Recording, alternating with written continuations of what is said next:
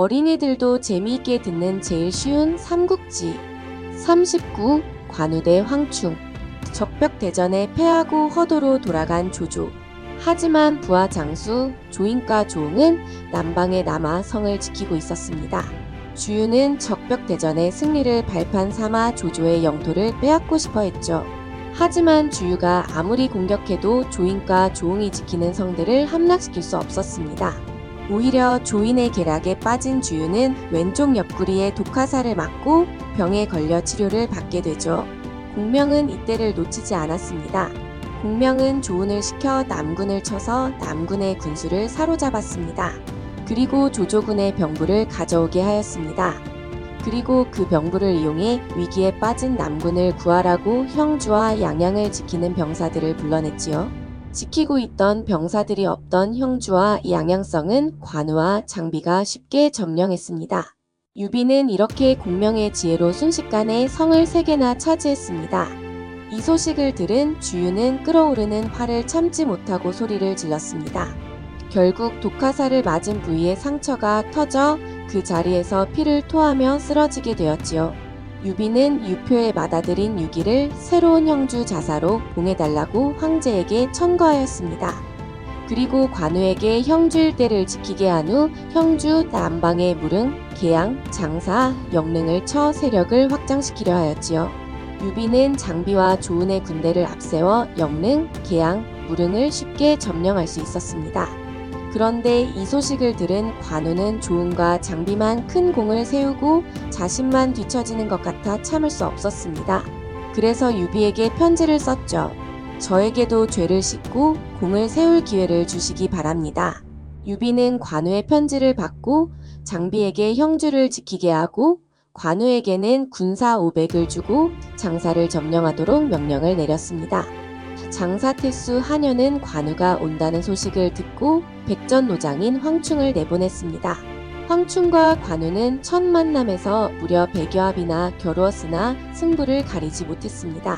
한연이 황충이 나이가 들어 더 버티지 못할까봐 징을 쳐서 불러들이고서야 이 싸움이 끝났죠. 다음 날도 비슷하게 관우와 황충이 50여 합을 주고 받았습니다.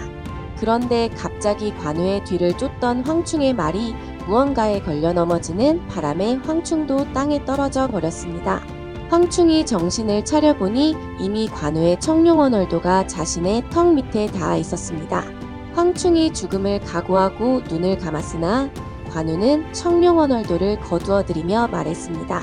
상대가 공경에 빠진 틈을 타 죽인다면 이겨도 이겼다고 할 수 없수. 이번에는 그대의 목숨을 살려줄 것이니 다음에는 다른 말을 타고 겨루어 보도록 합시다. 황충이 겨우 살아서 돌아온 것을 보고 한연이 말했어요. 어째서 활을 쏠 생각을 하지 않는 것이오? 장군의 뛰어난 활솜씨라면 능히 관우를 제압할 수 있을 것이오. 도망치는 척하며 관우가 방심할 때 활을 쏘시오. 하지만 황충은 꺼림직한 마음을 떨칠 수 없었어요. 관우는 매우 의로운 사람이다. 위기에 빠진 나를 살려주었는데 내가 어떻게 치사한 수법으로 그를 죽인단 말인가? 다음날 관우와 황충이 다시 싸움을 시작하였어요. 황충은 싸움을 시작한 지 얼마 되지 않아 말을 타고 거리를 벌리며 도망쳤습니다.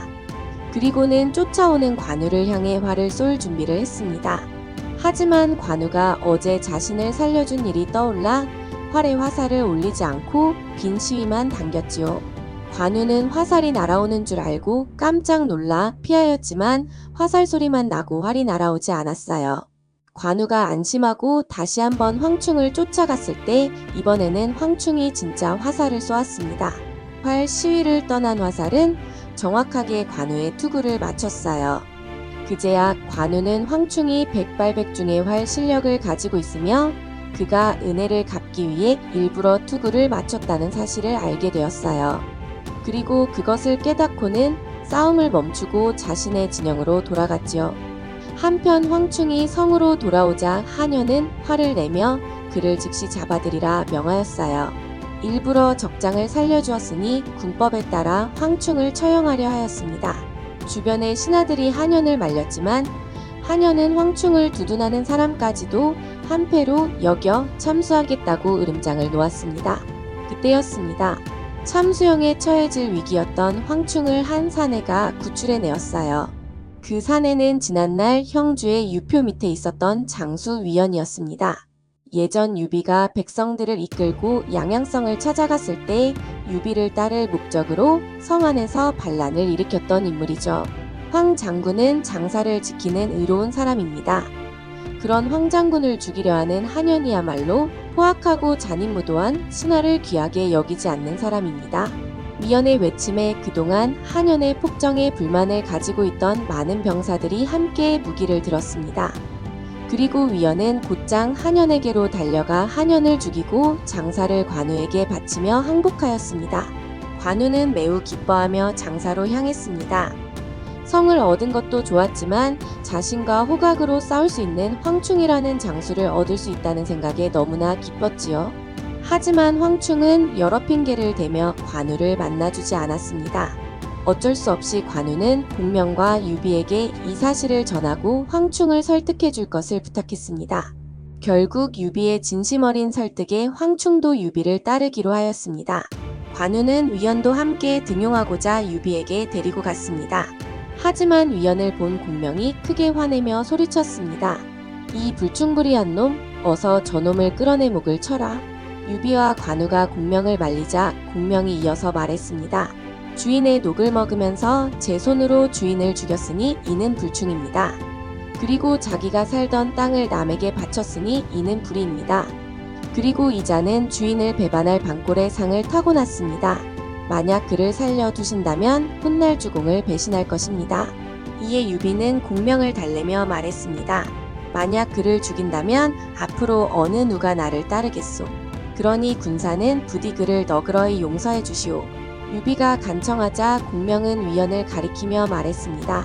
네, 오늘은 너를 살려주겠다.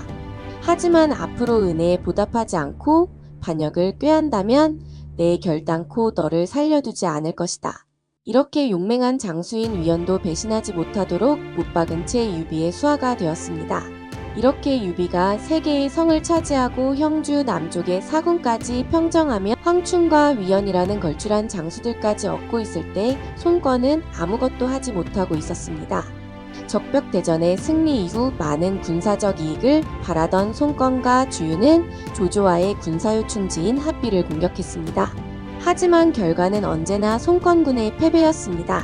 합비를 얻기를커녕 강동의 맹장인 송경과 태사자를 잃기도 했습니다.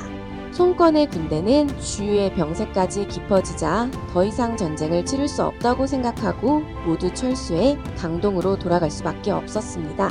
다음 편 예고. 적벽대전 이후 실질적으로 이득을 본 것은 유비군이군요.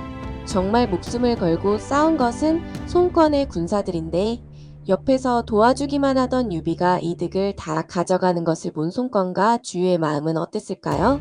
다음 편에는 유비와 손권의 대결이 시작됩니다. 과연 어떤 이야기가 펼쳐질지 다음 이야기를 기대해주세요.